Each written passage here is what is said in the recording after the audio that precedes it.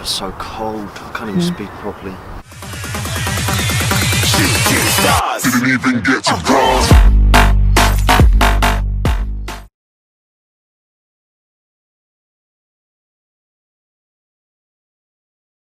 Hi guys, Chris here from Coach My Skills. Coming today here with another short video for you. I've had a couple of requests about this one, so today I'm doing soccer fitness. Now, there are many aspects to soccer fitness. You've got things like speed, endurance, stamina, agility, strength.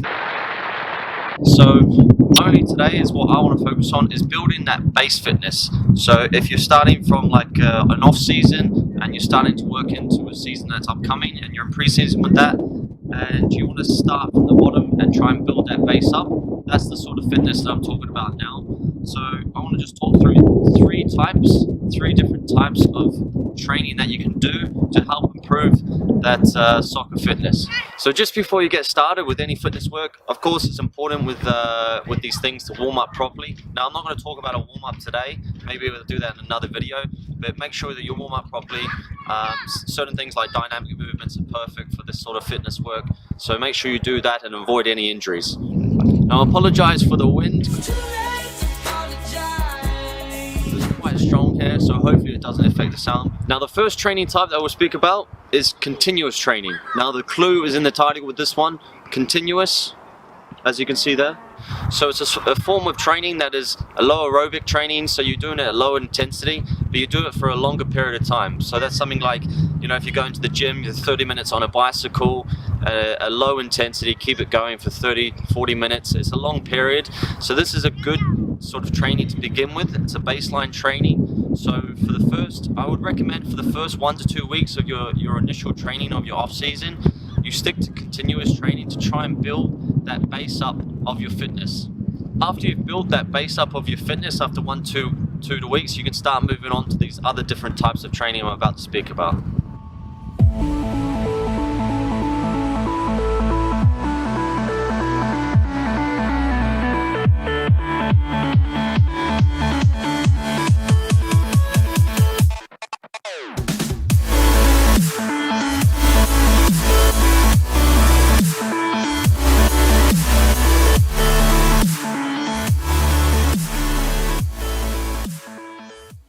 So after having been doing that continuous training for a period of 1 to 2 weeks, the second type of training that you can now incorporate into your off-season sort of program is fartlek training.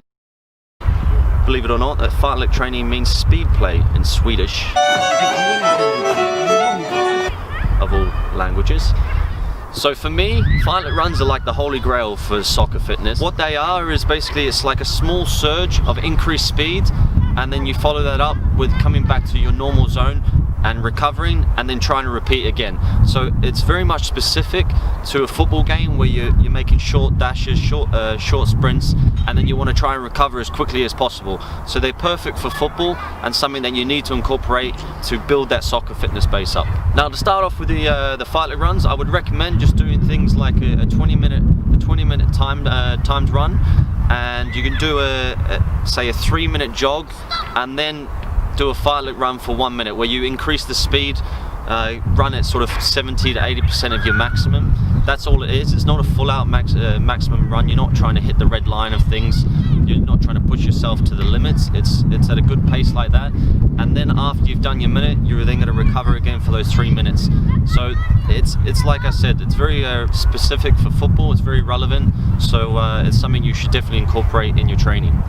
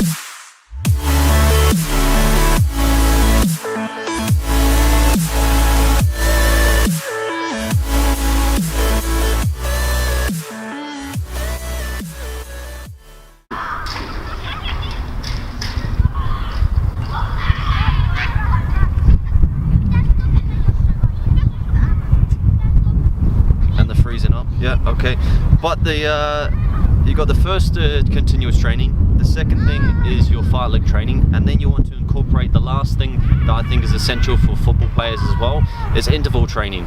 Now, interval training could seem a little bit similar to the fight leg training, but I can assure you it's not. And what that is a higher intense for shorter periods of time, but the rest is almost equivalent to the amount of time that you're working. So for example, you might work for a high intensity of 90%, so you're almost close to your maximum for a minute, but then your rest is only a minute or a minute and a half. So it's a lot more intense, but it's a lot shorter period.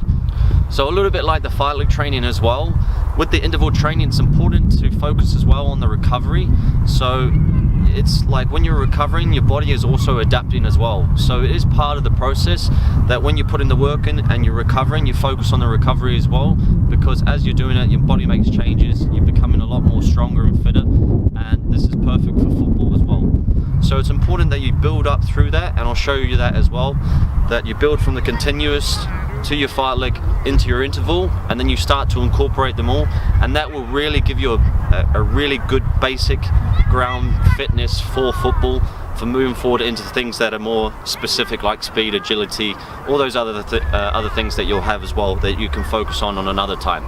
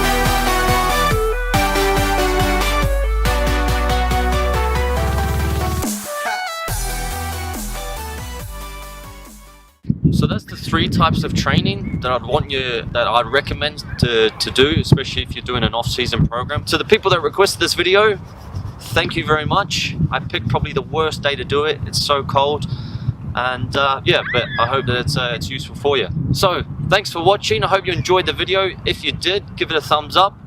If you feel sorry for me standing in the cold, give me a thumbs up as well, and I'll see you on the next video.